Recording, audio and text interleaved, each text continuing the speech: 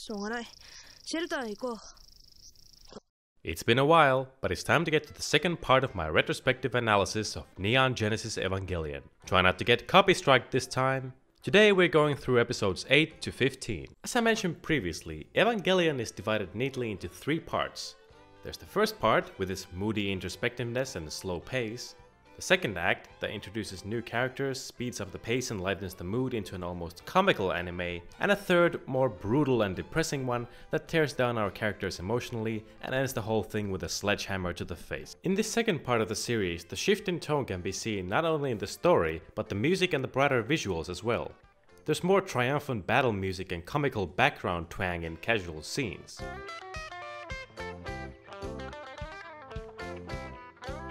Fighting the angels becomes less of a soul-crushingly horrifying experience and more like a traditional Monster of the Week shonen anime. This is mostly due to the introduction of Asuka Langley Soryu, the second child and third Evangelion pilot introduced in the show. As said by many other analysts, Asuka's introduction throws off the dynamic in the show. Rei is too mysterious to be a connection, and Shinji's friends don't know what he goes through every day, but having Asuka as Shinji's foil works perfectly. Transferred to NERV from Germany, Asuka is brash, confident, and keen to show off her abilities. She teases and belittles Shinji, mostly due to his meek nature and lack of confidence, but from the beginning there's a clear vulnerability to her character, and the story is clearly setting up some kind of not quite romance, but kind of romance also, between her and Shinji. But since this is a show about fundamentally broken people, you know that ain't gonna go anywhere, chief. The decision to make Asuka live with Shinji and Misato is obviously another curveball to the characters.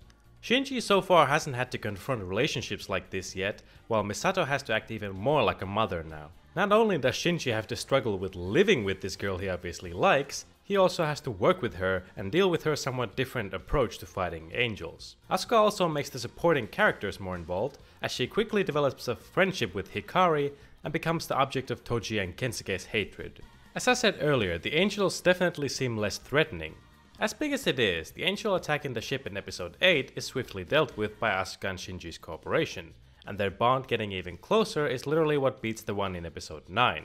I'm surprised the one in episode 10 wasn't defeated by the power of freaking love itself. Though Shinji and Asuka's cooperation still plays a part. The angel in episode 11 is literally killed by a few bursts of the otherwise useless positron rifle. The episodes are goofier as well. Asuka and Shinji are trained to fight in sync by playing Dance Dance Revolution of all things. Asuka has to fight the angel in the volcano in a freaking inflating suit, which is a scene that I really wish wasn't included. Shinji struggles with his own thermal expansion by having to deal with living in close proximity to 2 women he has an obvious attraction for. Even the previously all business Gendo and Fuyutsuki are given a comic relief moment in episode 11. But these characters are still far from throwaways. Besides showing development in Shinji, Asuka obviously grows as well. When she first meets Rei, Asuka immediately dismisses her as a freak and later grows clearly jealous of her successfully working in sync with Shinji. Because of her aggressive nature, Asuka sees Rei as a competitor, and the business of piloting the Evangelions not as saving the world from aliens, but like winning in a video game. Since Rei is so close to Gendo, Asuka believes Rei is getting preferential treatment, dismissively calling her Wonder Girl in the English dub. But Asuka quickly shows signs of softening up. First, when Shinji saves her from sinking into the volcano's crater in episode 10, repaying the debt in the following episode. Also, her managing to successfully work together with both Shinji and Rei in episode 11 shows consequences in episode 12. In that episode, Misato promises to take the pilots for a steak dinner if they successfully destroy the angel. But Asuka instead makes a decision to go for ramen, not only because she knows Misato's financial situation, but because she wants the vegetarian Rei to be able to eat with the group as well. Aww. Speaking of characters, this part's lightheartedness is helped by introducing us to Ryoji Kaji, Misato's old college flame and current employee of NERV.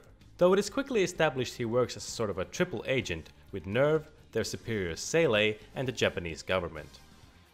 Along with Misato, Kaji might just be one of my favorite characters in the series. He has a cool, confident charisma about him, and he's voiced by freaking Spike Spiegel in the Japanese version. But that's just the surface. Kaji is a breath of fresh air in the cast of troubled individuals, but the best thing about him is how he makes Shinji feel more confident, praising him for his good work and acting as a sort of father figure, giving him advice about relationships. Kaji's arrival shakes up Misato too. While we've seen it before, Misato is, for a professional military officer, a fairly childish person overall, and her bickering and kind of flirting with her old flame, while providing some comedic moments, also does a nice job of showing her vulnerable side. This side of her is also seen in episode 12, which focuses on Misato. It's one of my favorite episodes, with the flashback to Misato's dad saving her from the second impact being absolutely horrifying, as is the implications of the gigantic angel, who goes down with relative ease, actually, especially compared to Ramiel. But hearing Misato talk about her complicated relationship to her father and her reasons for joining NERV, and seeing her confidently lead the operation against the angel when the NERV commanders are gone, is fantastic. We see even more of this side of Misato in episode 15, when she drinks herself to a stupor after attending a friend's wedding with Kaji and Ritsuko. Walking home together with Kaji, Misato opens up about her relationship issues with both her father and Kaji, and shows a side of her which even Shinji never gets to see. Episode 15 is actually one of the strongest in the series, which is funny as it features no angels, no Evangelion fights, nothing. Rather, it's a relationship focused episode, as besides Misato and Kaji, we also see Asuka being as obvious as possible with her asking Shinji to kiss her just because she's bored.